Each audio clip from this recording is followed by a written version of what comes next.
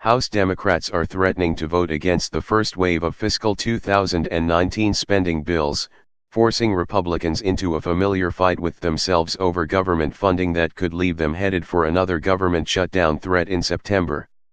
Minority Leader Nancy Pelosi, D-California, is urging Democrats to vote against an upcoming minibus package that pulls together a few spending bills into one bill.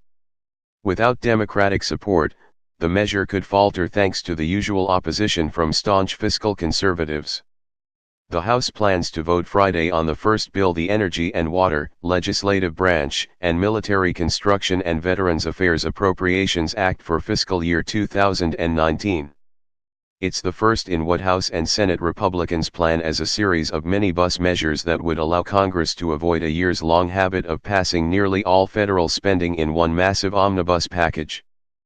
Pelosi, however, told fellow Democrats to vote against the bill, even though the top-line funding for all 2019 non-mandatory spending will adhere to a bipartisan deal secured in March.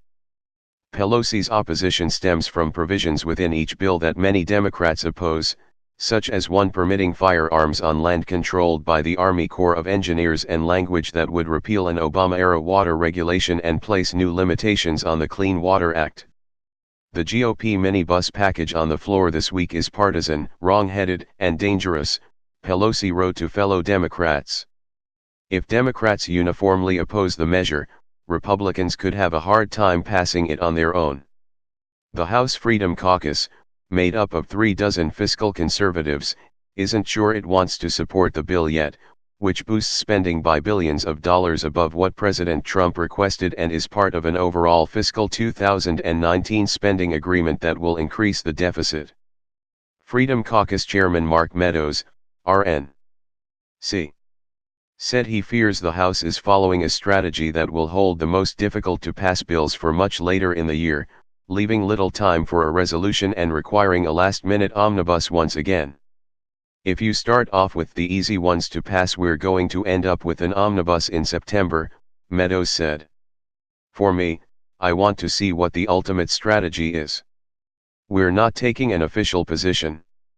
I think we've got to get back together and talk to some of our folks. Republicans need many in the Freedom Caucus to help pass the minibus if Democrats oppose it. Rep. Mike Simpson, Idaho, a key appropriator, said he believes the Freedom Caucus lawmakers will ultimately support the bill. In the end, I think they will, Simpson said. At least I hope. Pelosi is wishing for the opposite result, and she told Democratic colleagues that this outcome would empower the minority party in the spending negotiations that still lie ahead. Republicans would have to turn to them for support. House Democrats' strong opposition to Republicans' cynical strategy last year gave us powerful leverage in the omnibus, Pelosi wrote to Democrats. That leverage enabled us to fight off Republicans' poison pill riders and secure dramatic increases in funding for key priorities, such as veterans, health and biomedical research, the opioid crisis, education and child care, and election security.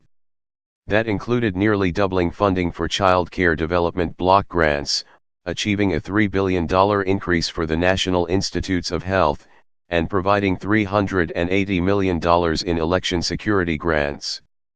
Freedom Caucus conservatives know they too have leverage and are withholding support, at least for now. I have not decided on that, Rep. Jim Jordan, Ohio, a key Freedom Caucus member who is also running to succeed Speaker Paul Ryan, RWIS, told the Washington Examiner. If the minibus measures can't pass Congress, Congress could be forced to consider another omnibus measure before the Sept. 30 end of the fiscal year.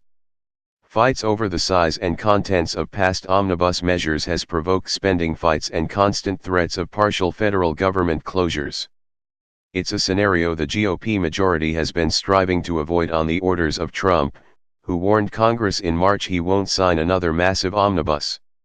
Senate Majority Leader Mitch McConnell, RKY, is keeping the Senate in session through most of August in part to pass spending bills, he said Tuesday.